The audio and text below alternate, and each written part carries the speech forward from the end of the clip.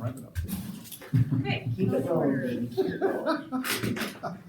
Do I have a motion on the minutes? I just did. Oh, sorry. We need a second. So much chatter. Right. Okay, any discussion? Okay, all in favor?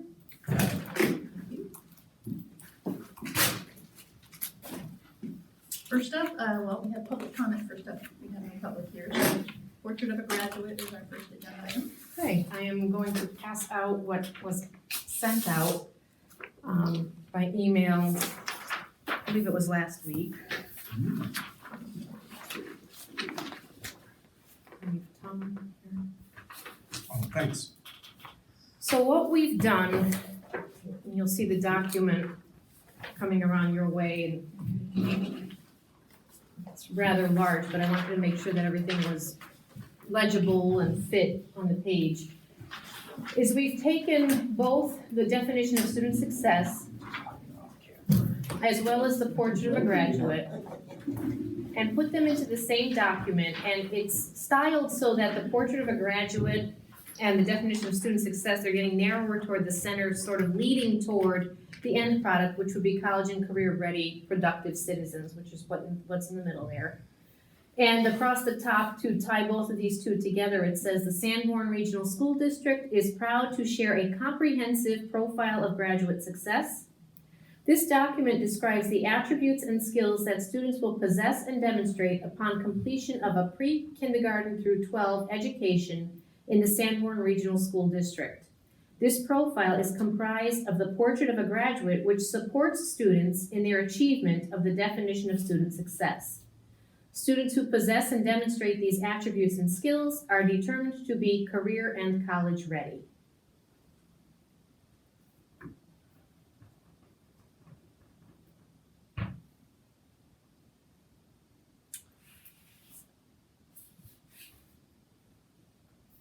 I like the visual. I thought the visual was great. We could pull them together. Thank I think you did a nice job of Thank you. presenting these together like that. And I think this wouldn't be necessarily something that, this is not a logo. This is the meat and potatoes of what it is. We could work with art teachers to make this a little bit more simplified, of like a logo we could put on the website and things like that. But this really does define all of the qualities that we have determined to be important in the district. And the portrait of a graduate, which we worked with community members, business leaders, parents, students, teachers, got all kinds of input on that. And then the board's big piece on the definition of student success, as well as what they contributed to the portrait. I think that this really represents a well-rounded student when they leave us. This is our way of saying to the public and the world, this is who our students are.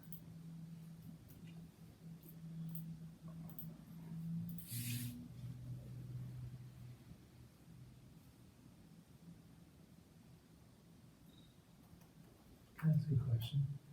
Yes. Patty, is there any different worded verbiage on the left-hand side from the last meeting? Not that no, I don't think, no, we changed Okay. nothing. I only ask because I know there was talk at the board level about a couple of different words here and there, but I didn't know. Yeah, no, nothing has changed. I did have I asked Patty to send it out to the board so that folks could look at it and email some feedback. And I got a little bit of feedback from Pam that I wanted to share, just so that we could talk about it here. But I'll do that when you're ready. I don't wanna rush that. Jeannie hasn't said anything, I can tell he's reading, so I didn't wanna. Yeah, it's still difficult on some of the portraits of the graduate items as to will demonstrate. How do you get to the will demonstrates in some of these? Asks for help. It's kind of a double-edged sword. So you want somebody to be able to ask for help when they need help, but you don't want somebody asking for help always. You know, you want them to be able to do things on their own and work things out. You know, you get to the next one, opportunity for growth comes from mistakes. So you're always asking for help. You're never going through that cycle of It's a really good having point, a Jeannie. mistake and learning from the mistake.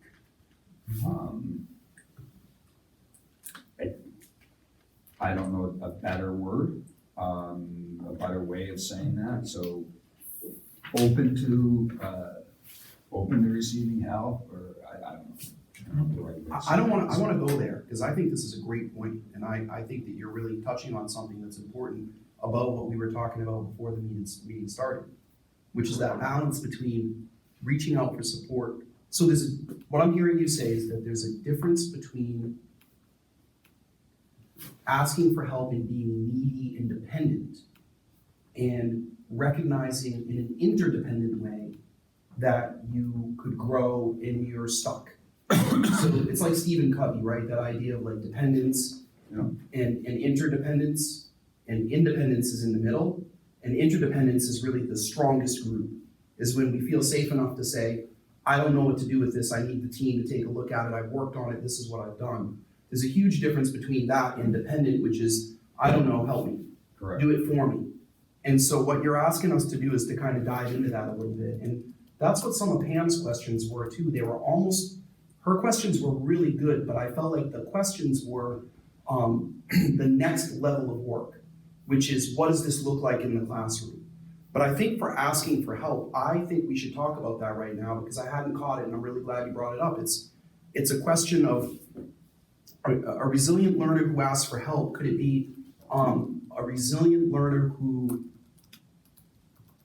understands how to ask for support when appropriate? Or I'm making stuff up right now, I'm just. Well, why not incorporate part of what we learned in the Limitless Mind, which was the ability to collaborate with others, to look outside the box? Because sometimes when you need help, you need to be able to think of it a different way. Because in the old days, 30 years ago or whatever, we talked about the different quadrants people had for learning. Now we've evolved to a higher Pavlovian level, if you will, but when you talk about collaborative learning and the ability to learning math, so it's not just 5 times 4, but how many ways can you look at 5 times 4? And how I might learn it may be different than Jamie, then different than Tammy. So it's that ability to seek assistance or collaborate with others to learn in a different way. Still to get the point, but not necessarily in a black and white type situation. Am I heading down the right path? No, I love it, yeah, I think you are, but I'll look to the group for, So I just wanna, I don't so much have feedback on what you should say, but I just want people to keep in mind what ultimately I hope would be the next step once this is finalized and in a good place, is we'll start bringing teachers together to unpack this at different grade levels, right? So we're gonna want, let's just take resilient learner, for example. We're gonna want a group of kindergarten teachers to be able to take this and unpack what it would look like for kindergarten students and be able to articulate where a kindergartner might start at the beginning of the year or when they're starting a new skill versus when they're secure in a skill or later in the year. We want the 12th grade teachers doing the same thing. And then we want to be able to look back and see that progression of how a student is going to grow as a resilient learner throughout the process. So whatever language we come up with, we don't want to go into it thinking it's high school language, because that's not going to help the kindergarten teachers figure out where they fit into this, right? That's exactly what Pam's points were doing, she was going deeper. Yeah. Which was good. So, and I don't want to offer what you should do, I just want to say keep that context in mind, because it's always natural to go into, well, it's the portrait of a graduate, so we're thinking about students who are getting close to graduation and what that's going to look like, right? So maybe it's better to leave it, asks for help here, but develop the more specifics when you work with the staff at different grade levels or grouping levels. Because you're gonna have other opportunities with like a K-3 program at Bakey in 4, 5, and 6, because now you're not looking just in one grade, but where do you want that child to be within a 3-year, 4-year period of time? And then you have different milestones, but they may be progressing well in math and not so much in language skills. So you're gonna have a spectrum that's all over the place. You can't leave the board, I've decided. and that's actually precisely what the next step would be to take this and to develop what you and Brian are talking about, which are called progressions. To look at the trajectory of learning, to understand that, somebody who asks for help in kindergarten, if you can't tie your shoe, you're gonna ask for help. But in 12th grade, asking for help is gonna look very different. If you've tried and tried and tried, and you're still stuck, instead of being stubborn, what is that going to look like? So being able to really dive into what this means to every level, so that would get back to what Jamie was talking about a few meetings ago, about how we're going to measure this. Well, we need to establish those criteria, but we can't establish the criteria for measuring until we know what it is we're measuring. So if we know we're measuring the ability to ask for help, the criteria to measure asking for help is gonna look different along the lifespan. So we've gotta have our criteria established first. So to take it from Brian's point to kindergarten up through, the unhealthiness of asking for help would be the kindergartner saying, I need help with this, I need help with this, I need help with my colors, I need help, I need help with, and they get in the first grade, I need help with what a number is, I need help, and, all the way up to a senior, in high school, and they're trying to do, some of your math problems, or whatever, and there's not even time to do it, I just need help with this. Right, that would be a 1 on a rubric. Yeah, so I mean, You're defining a 1. that becomes, just asking for help isn't really what you're trying to achieve. You're trying to get someone that can accept help. Because you also have the people that, well, let me show you. No, I can't do this. I can't do math. Forget it. Don't tell me anything. And they can't accept help. I wonder if it's countered by the words directly above it, though. To some extent, yeah. Right? Rises to challenges are the words above. And I think, we were trying to get, as we were finalizing, playing around with it, I don't know even when we were looking at it the last time I was playing around with this, but, we're trying to make all of the verbs line up at the beginning. Yep. We're trying to make it all line up. We didn't repeat any of those verbs. They're all different. All, whatever's there, 21 or something, they're all different. And I think that was kind of what we were looking at, where you could put those together, rises to the challenge, but ask for help when necessary. And we were trying to keep them short as well, and these guys know, because they've heard me say it 100 times, I'm like a word murderer. If it doesn't need to be there, get it out of there for something like this, because it makes it easier to understand. And, when it's kindergarten unpacking or 11th graders unpacking, it's a whole different, it gives them the flexibility when you do that. I think that's what we were driving at when we kind of messed around with that section, or we were finalizing our wording. So Bob, would you feel that the essence of the wording be captured if it said, and again, this may be bad, please tell me if it's wrong, I'm just saying, for feedback's sake, ask for help when appropriate? Or ask for help? Well, then you get into the problem of, like Jamie was saying, I can't do this, and you throw that's not asking for help. Appropriate or not, I'm done, I'm out. Yeah, You okay. see that a Right, lot, yeah. just the refusal to even try, Okay. which is a problem, because you want them to Well, that would fall under take rises the to risk. challenges, Right, right? Like that. and that's why Bob is saying, it's all sort of together, but each piece is gonna be a little bit different. I'm okay if you're there, but I don't have better wording there. I'd have suggested it, that's the concern that arises. That you could take any one of these apart and say, well, I could take this down to a rat hole if I want to, on each one of these, and then the question becomes one of how do you guard against the rat hole tendencies? Rubrics. Exactly, we've gotta have really strong rubrics, That's the answer to the question. Right. But you may develop different language to describe these processes as you implement it in the system. For different age levels. That's correct. Absolutely. And it may Right. be more appropriate to let this one go forward and then massage it as appropriate down the road.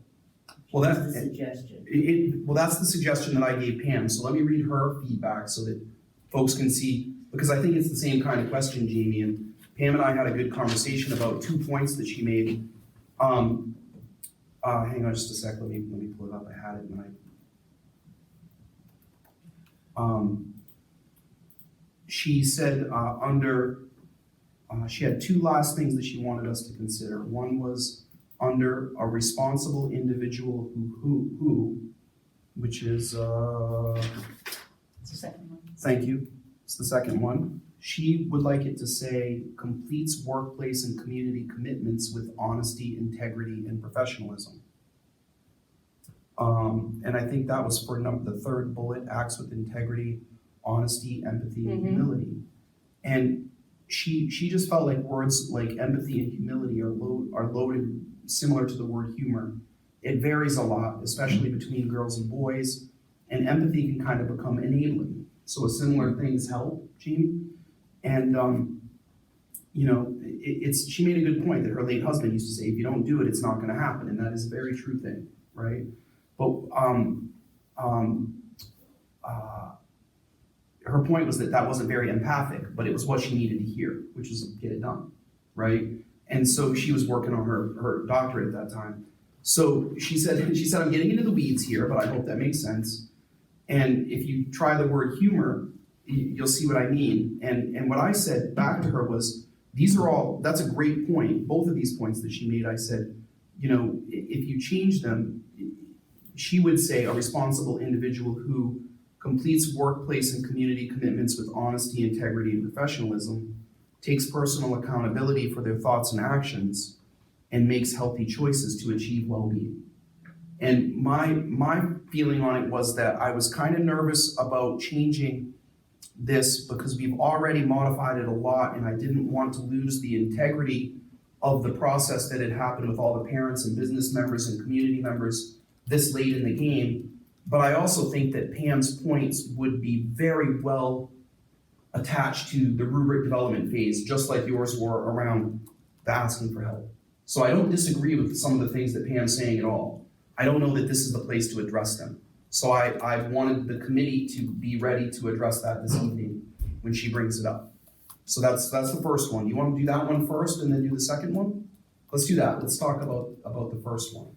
Can you read her? Yeah, what she wanted to do was change it to a responsible individual who, number one, completes workplace and community commitments with honesty, integrity, and professionalism, takes personal accountability for their thoughts and actions, and makes healthy choices to achieve well-being.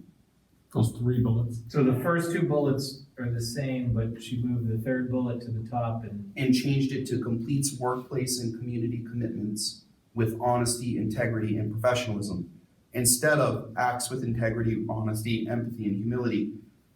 And so I guess that's the question. I think what we have there now is more holistic.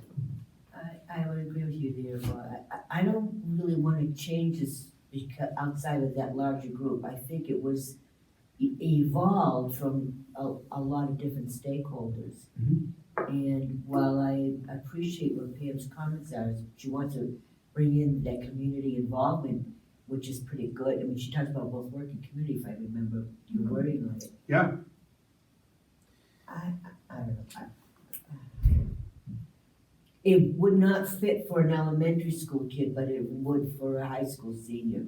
And so therefore, I think it needs to go to age or group perspective more than this here. This is gonna be generic. It's gonna be generic for the district as opposed to specific. A kid, a first grader wouldn't give 2 hoots about community or work involvement or integrity or honesty. It's beyond their realm. Well, that's not completely true. You could have a lot of kids are in scouts and they do community projects, even in kindergarten. I'm just saying, not necessarily disagreeing with your point, I just want to I make sure understand that, I there do, can but be I guess, community involvement at that lower, those younger ages. I'm not gonna argue with you, but I think it's very specific, and I like to keep this more generic, that's all. Could I ask a process question that might help maybe put people at ease or feel a little better about this process? If this is still a work in progress, is there like the next layer that maybe you'd want to see where maybe we need to, if we were to say, for example, that this is our working draft and start having our teachers try to identify what proficient looks like at different grade bands for some of this? Like, in other words, what is, if we take the words here for responsible individual at face value and start to put it to our teachers and say, okay, K through 2 teachers can you identify what a 3 looks like? Forget about 1, 2, and 4, just 3. Okay, this is kind of where we want to get most kids to the proficient level, and then have 3 through 5 do it, 6, right? 6 through 8, 9 through 12, and maybe this group wants to see how teachers might be starting to build that progression to make sure that the language really does fit. Because maybe when we do that process, I'll go back to the ask for help one. I think that's probably going to come up as one that maybe needs to be unpacked. Asks for help. There's another half to that sentence that'll come out, but maybe when we see how the teachers stage it, we're actually going to see that they've staged it and framed it the way that we would want, because the level 3 is going to actually do what we wanted. It's going to say, ask for help when needed or something like that. We're going to start to see what it looks like at the appropriate age level. And then make adjustments before we have the teachers go too far down the road building out the rest of the rubrics. That would make sense to me, and frankly, and I can't speak for Pam, but I was one of the ones with some of the wording before that I said, this is just a loaded statement. I see this leading in all kinds of, I think it was global something or another. Yeah, the global citizen. Yeah. You saw it through a lens that I would never even look at. Which is fair. So that would help alleviate concerns as to what rat hole, I use the rat hole example. Yeah. That there's not a rat hole here, the rat holes have been closed. That, this is where that leads. I think that would be beneficial. Or we'll identify, okay, now we see a real issue. And our teachers have wrestled with it too, right? Because we're trying to surmise what we think it'll look like. I can assure you, regardless of what you guys come up with, what we come up with, once we put it to the teachers, they're gonna find holes. Just that they're gonna see things through a I hope they different do. lens. That would be my Absolutely, recommendation. exactly. That's what I'm Right. saying, if we really want this to be a proper process, it doesn't have to be final, right? Because we want that input at later stages too. So that might help in Dr. Brown's case, in any of our cases, make sure, like you said, we don't have that rat hole. And this could be version 1.0, and then after we've gone through the process, you get to, well, this needs to be changed, and we need to rearrange this, and then it's 2.0. I can guarantee that for what we have right here, all those things, I could put this down, not look at it for 3 months, pick it back up and have different ideas as to what some of the words should be. Right. There's Right. nothing that doesn't happen that somebody doesn't edit. You're right. Sure. So the Declaration of Independence was completely marked up almost to Jefferson's walking out of the bloody room saying, what have you done to my document? Of course, people that didn't know what that was and then saw the final document said, this is wonderful. He wasn't so happy with what they did to his work. And so I appreciate that. I mean, I like Pam's wording. I think your point that how does that resonate all the way through is real too.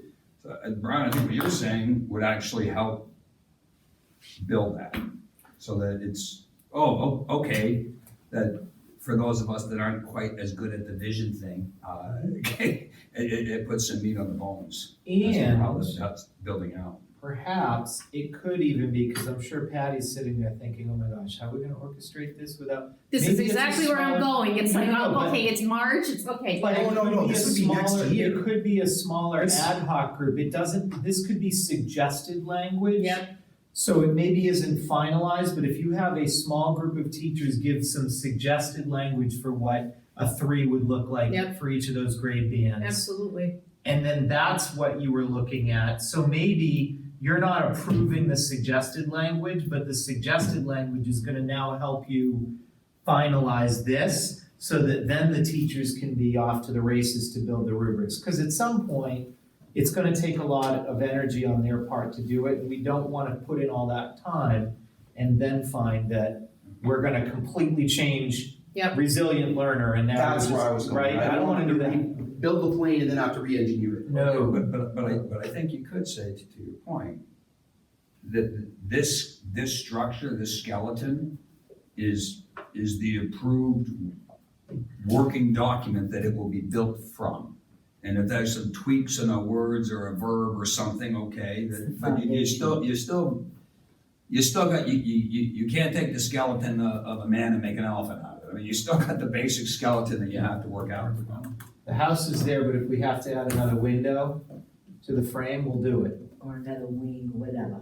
But yeah, this is the foundation of what we're working with. Yeah. And that would be great because we would need a starting point. If we're saying that this is a starting point and we can come back to it and adjust and tweak, that's life. I mean, even when you're cooking, you're in a recipe, it says, half a cup of flour, it's like, no, that wasn't enough, it's gotta be 3/4, you're adjusting.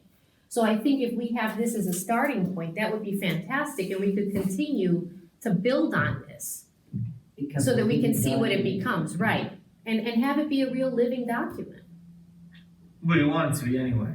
right? There'll be a whole nother layer where you start looking at the progression and saying, oh my gosh, we've got overlap where K2 is really asking too much, some of that should be 3-5. Right, Really vice versa, because ultimately, you want kids to be resilient learners, even in kindergarten. I want my kindergartner to know when she should ask for help versus when she shouldn't, right? It really is about when you're just starting out with a new skill versus you're secure in the skill. So you can get to that end result even at the kindergarten level, it just looks different.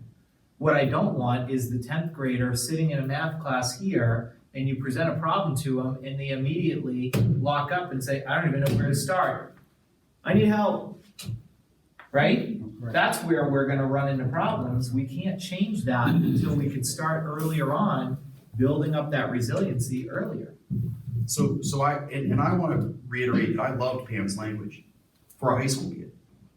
I don't have any problem with our teachers saying, yeah, completing workplace and community commitments with honesty, integrity, and professionalism, spot on for a junior, right? And that's what I'm saying to Pam is I love your language, but it's not the right spot for it.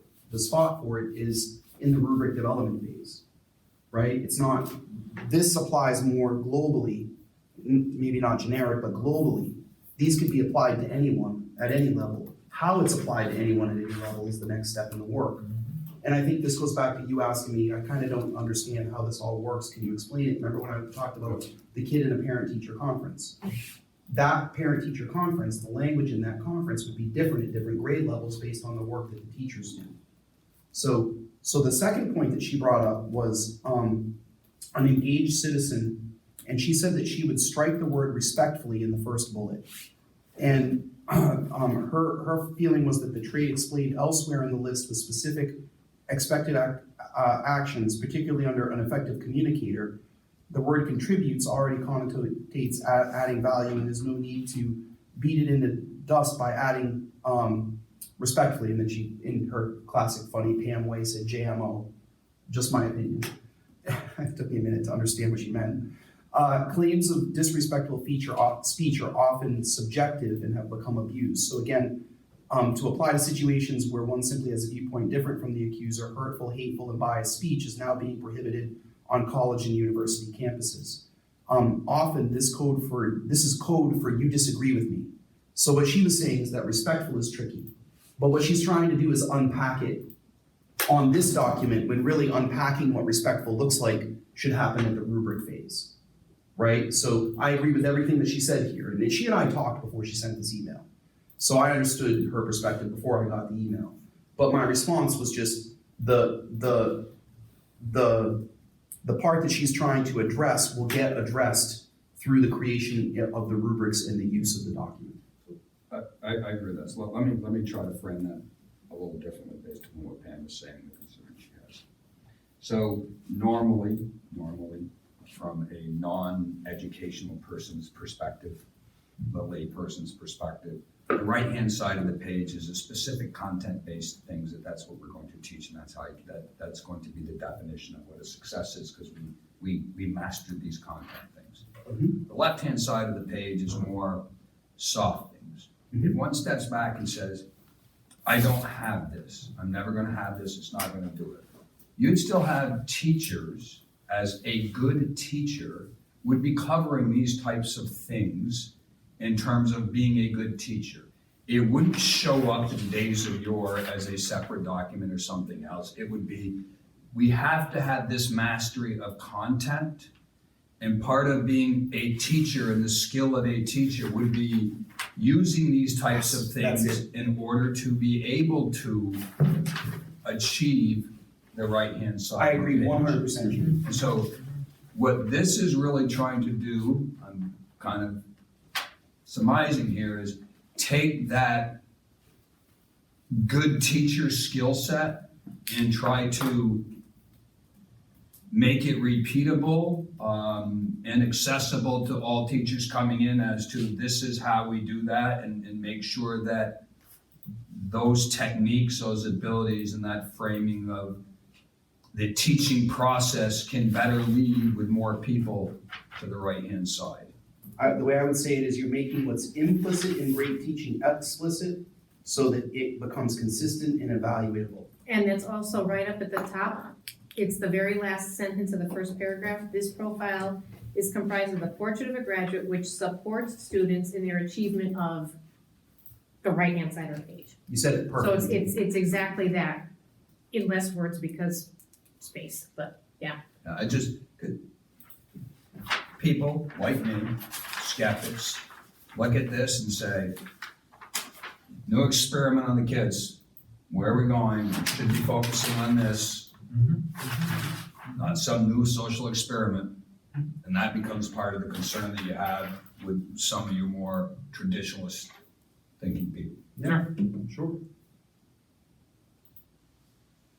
I just can't tell you how impressed I am that you've come full circle with that, to see that the two things are linked, because if you're not in education, it's hard to see and feel. For those of us who are in it every day and in classrooms, you can feel it when someone does the things on the left. I've always said that the program is not nearly as important as the quality of the teacher in front of the kids. And the quality of the teacher, these values that are listed in the portrait of a graduate are what you see in a great teacher's classroom. Those are expectations, that you behave that way. And not only are they expectations, but they're explicitly taught and done at an exceptionally high level.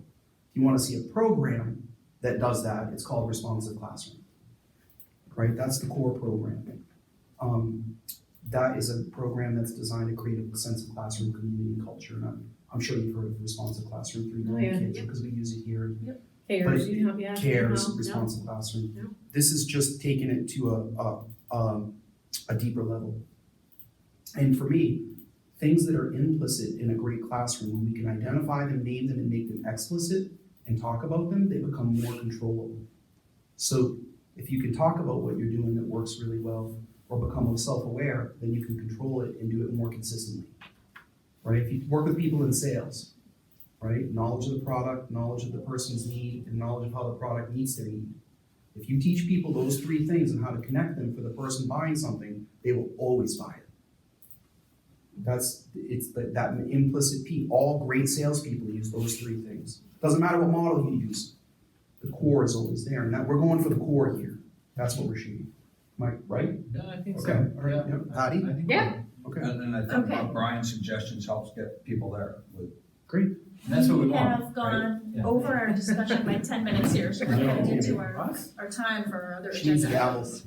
And so where are we in terms of presenting this to the board? That was our purpose for discussing this, I think. Are we ready to put this to the board with the understanding this would be version 1.0? Edits could be made later on, but we need to have a starting point to move forward with this. That's, I think, where we're going with this. I think if you present to the board tonight, and then they can take action at the next meeting, they need to digest a little bit too. I would think that makes sense because you have elections in between. Right. And then you're gonna wanna talk about this with the reconstituted board, so. We were actually thinking the other way, that this board's worked on this for 7 months and that the board that's sitting should vote. That was our feeling. Well, you get 3 of the 4, 7 right here, so it's easy enough for us to say yes, but will the others want to do that also? Yeah, well, it may not be. Well, I guess I'm suggesting, I don't have a problem voting with the board going forward. I just think it would be one of the agenda items for the 18th board also. Just to make sure everybody's up, this is where we are and these are the next steps. But perhaps too, this board will want to weigh in or confirm that process. Yeah. That you're going to want to see that piece with what proficient might look like in the grade bands, Yeah. right? And I would even go as far as to say that the teachers, we should have a grade level liaison to the E.I.S.A committee for that purpose. So each grade level sends a teacher here to talk about it. I'm tired of us talking about what teachers are going to do. Teachers need to talk about what they're going to do and come and be a part of the process, Yeah. right? It's the chunking out of the big changes is done now. It's time to get everybody involved, right? And that's what I've been saying to people for the last 2 months is, okay, the hard part's over, now it's teamwork. It is ready to launch, Mhm. and we won't know the holes until we launch it and start working with it. That's what we wanted, that's all we're asking for permission. Like, could you say that tonight? That's it, perfect. Right, yeah. It's ready to We launch, can launch. but there are holes, and we want to work with teachers to identify those holes and adjust accordingly. Sure. Jamie, you okay with that? That's fine. All right, Tammy, are you okay with that? Yes. All right, great, great. Thank you. Good job. Thank you. By the way, I love this. I think it's beautiful. Like, it's just right, It's a book. right? Yeah, and we were thinking the cover would be really cool looking, you know what I mean, with less detail. Did I not say Yes, that? you Jamie? did. I actually said that to her. I was like, I actually went online because I'm like, how do we? This It's is a book it's to a me. book. I'm like, how do we change the graphics? And I'm so like, it just looks leave like the graduates in the middle, that's And what then it's I'm like, leading I'm not an to. artist. This is where we actually have to have an artist do that. I can't do Well, that. that helped. Okay. Eddie, you're up next, I think. Yes, so on the 18th, I am planning to do a presentation for the whole board about math instruction, not necessarily all the foibles and concerns we have with our particular situation here at Sanborn, because we know that those exist. We don't want to belabor those. We want to get moving on how to address those. And I want the E.I.S.A committee to just weigh in about what are some of the things you would want me to include in that presentation to talk about as far as things you might want to know about math instruction, where it's been, where it's going, things that you might be wondering about, so that we could get a better understanding about math instruction as a public. Because we know a lot of stuff, again, this is one of the things where if you're in the industry, you know what's going on, but things that you think would be valuable to discuss so that people would understand what we're up against and some of the things that we need to do. And what I've got so far in my mind is just looking back over, say, the last 50 to 60 years about where math has been, where math is coming, some of the different ways that math has been instructed, the pendulum swings in math instruction, some of the issues with our current program, what those might be, different ways that programs are developed, and really getting a good handle on where we need to go next with some of what I shared at the last meeting about next steps in our plan, but not really getting too into detail with that, but it's more of an overview about math. And Tom, I don't know if you want to weigh in because we had talked about this. So, Good. Oh, yep. It would seem to me to make sense, we're entering into an intervention program to be able to talk about, at least the way I think about that is, you know, everything in life is a bell curve to some extent or another. You have a bell curve. In math, our curve is down here. We want our curve up here. We need to move the curve, so the mass of people needs to move.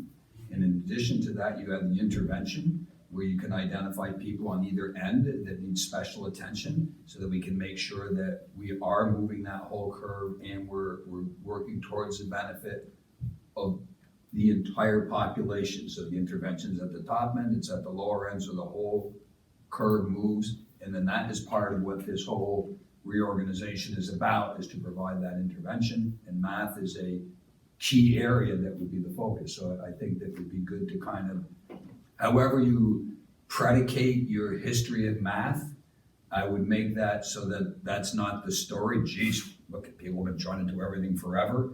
That's the quicker part of it, and the larger part of it is the intervention process and the steps that we're taking to address our own particular situation.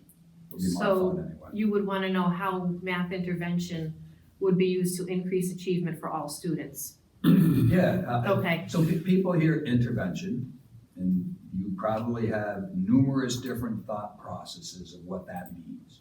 You'll have people that think intervention means those people that can't count to 3, we're gonna get them to count to 4 when they're supposed to be counting to 10. Yep. You know, those people that are already doing multiplication, well, they can just fall back into the curve. There's no home for them. That's not what we're worried about. You'll have some community members concerned about that end. You'll have some community members concerned about the center. Where's that bulk of kids going, and are we really treating them right? That's where my kid is, if they're in there. And you'll have some people concerned about math doesn't work, their brain doesn't work for it, it's not possible to learn. That, you know, you gotta break through that. It is possible to learn. I mean, and that this is a methodology to carry the whole curve. Okay. I think that would be helpful from a community perspective. I think you gotta start somewhere a little bit different, because we're not the only ones that are having math problems. This is a systemic problem in all districts. And so why are we having that why as an education institution are we having these kinds of problems? It's not just a matter of STEM, because you've always had girls supposed to weren't always as good in math and science unless they went to school that kind of pushed them through or encouraged them, but push them through is not the right word, but something else has happened that keeps our kids from doing better reasonable in math. Something else is happening. And will this intervention program address that, assuming we know what that is? I don't know if I'm making sense, because I don't think that elementary school teachers, they say, don't like math. Well, you know what? I bet the elementary school teachers today are not a whole hell of a lot different than they were 30 years ago. So They love kids. they love kids, and they're wonderful with children, and they're very nurturing, if you will, and encouraging and positive, with rare exceptions. I think it's a different focus in the elementary school versus middle or high school, thank God. But be that as it may, something has changed in our communities that why are they not getting the math? And I make jokes about the phones and the tablets and all that, and that's the problem. And maybe it is, but I think there's something else going on. And so I, as a member of the community, gonna say, all right, we're putting in $1 million in intervention. And will this really address the problem? Are we sure it's because of the way we teach it? Are we sure because of the perception from parents and kids? Something else has happened for us as a society to have minimized our accomplishments in math. And I'm gonna go back to Limitless Mind, because that book just blew me away totally, when it talked about how Asian children collaborate more, whereas we don't. We're more individualistic. But that hasn't changed. See, my point is, Asian students has traditionally done well in math and sciences since I was a kid. And they're going back 50 years. So that's not changed. But what has changed, it made it difficult for kids to be successful in math and science. And that's what we need to figure out in order to make sure that what we're doing addresses the problem at the end. And you may have some pushback from other community members. I don't know that. I'm kind of voicing that for the first time here with you guys, more specifically. I don't disagree with what you're saying. I think what you'll end up with is different people will have different perceptions is what changed. My bias would be, we went to new math 25 years ago, and that's part of the problem. I would agree with that. I like that. Clearly, I believe cell phones and computers and, you know, giving calculators to elementary school kids to be able to do their math is problematic. It means they're not really learning how to do it, they're learning how to push a number.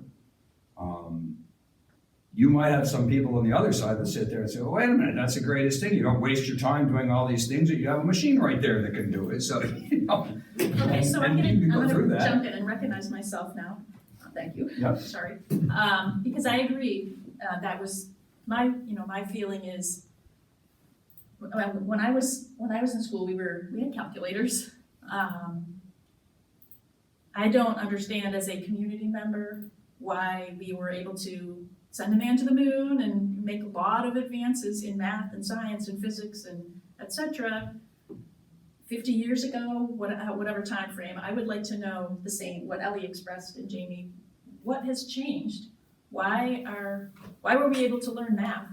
When I was a kid and I had a calculator, I was not that old. I didn't have a computer until I was in high school, senior in high school, we started working with computers. I think a lot of community members, I think people in society are asking that question. Why is it so hard for our students to learn math now? How are we teaching differently now than we were teaching years ago when we were successful?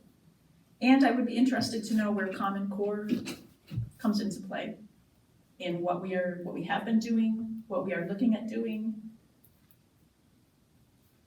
I've heard that is a question out in the community. We're still bound to adhere to Common Core here in New Hampshire. There are some different ways that we're allowed to teach it, I believe. So I'd be interested in knowing that.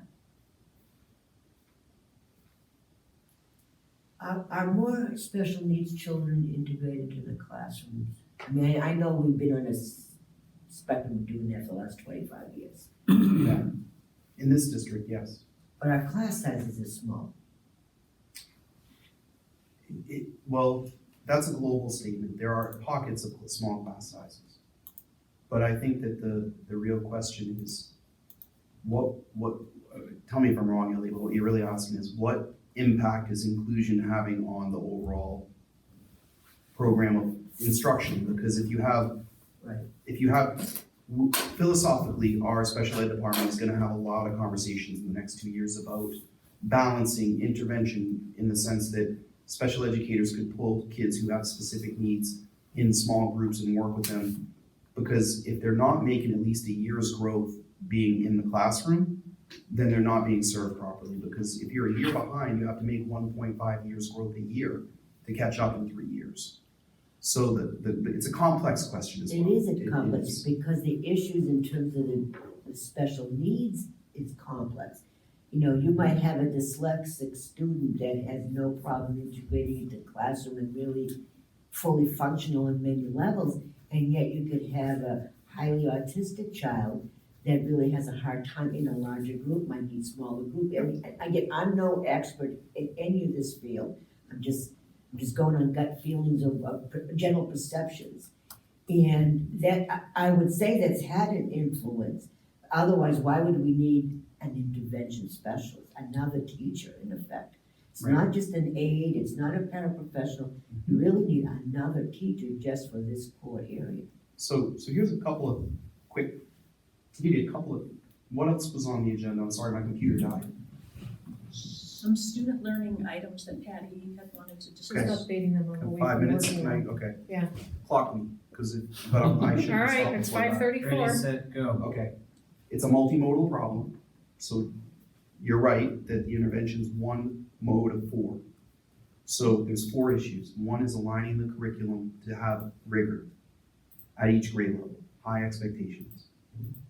That would address the Common Core, because the Common Core, we're supposed to do it, but where are the Common Core police? And what's the difference between a Common Core expectation and an instructional practice? I understand that the Common Core doesn't dictate instruction Exactly. specifically, Exactly. but it drives some decisions on instructional. It drives more the outcomes for each grade level, right? So that it does have some elements of that, but there's a lot of gray in there. And so anyway, that's one piece, thank you. So one is the alignment of the curriculum, which includes the Common Core. The second is the intervention, because you can't intervene if you don't know who's below grade level. Correct. So the curriculum alignment includes benchmarking, right? This is what we want you to know and be able to do at each grade level. The third piece is the quality of instruction, professional development for teachers. Jim Morse told me unequivocally that was the most important thing that they did to raise their math scores.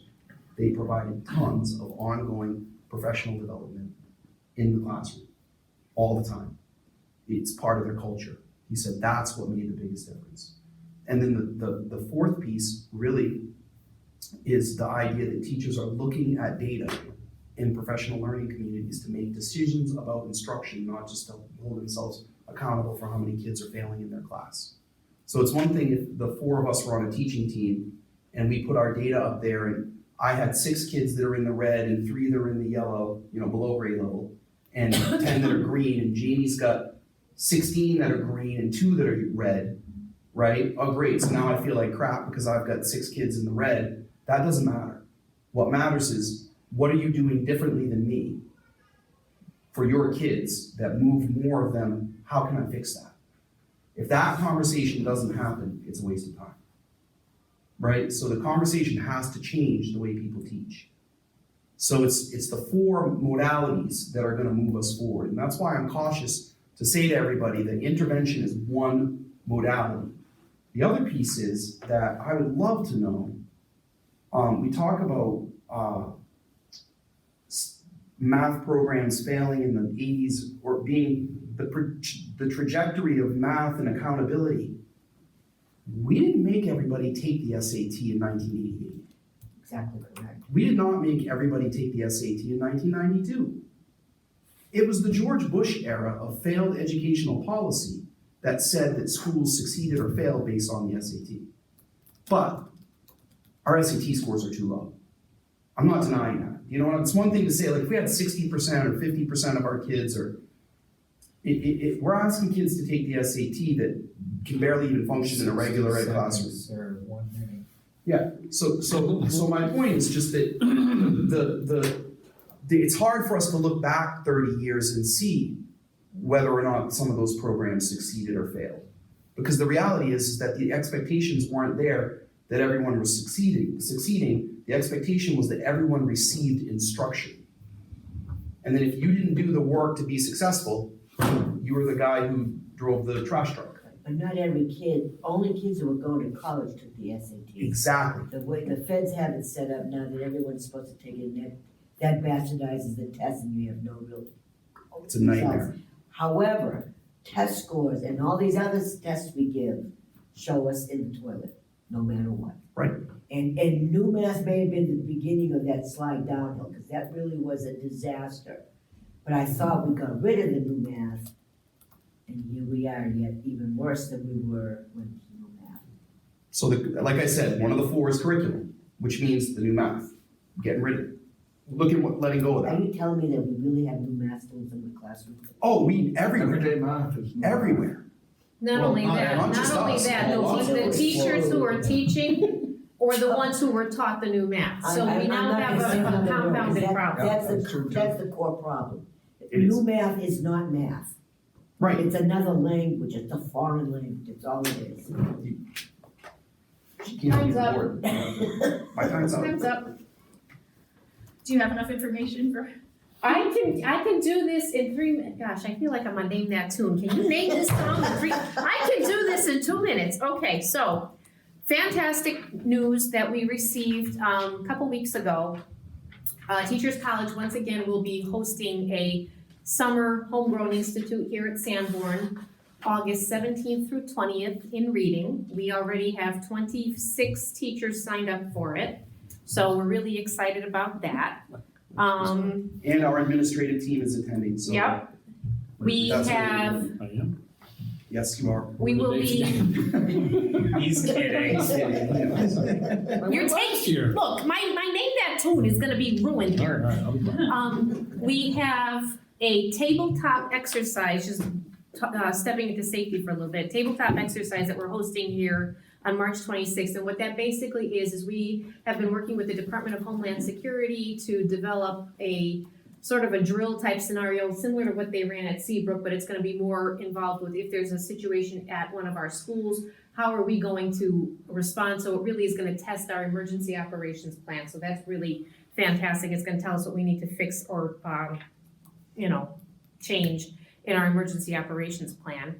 And finally, we have Scarlett Lewis coming to present her Choose Love. We had to cancel her back in the late fall and the winter. She's coming on April 15th. I know it's the same night as a board meeting, but she'll be in the library, she'll be in the library. I think it's the same night as a play. on April 15th, presenting on Choose Love. That's it. Good job. Okay, You did it in way less than 5 minutes. good. But see, I still think I ended up with, what's behind the box, which is a lifetime supply of soup, so. That's all right. Supply of hand sanitizer. Now that I could use. Homemade. Oh, yes. $100 a bottle these days. Yeah, I know. Yes, you can't get it anywhere. We're trying to figure out how to make our Three in my own. bag.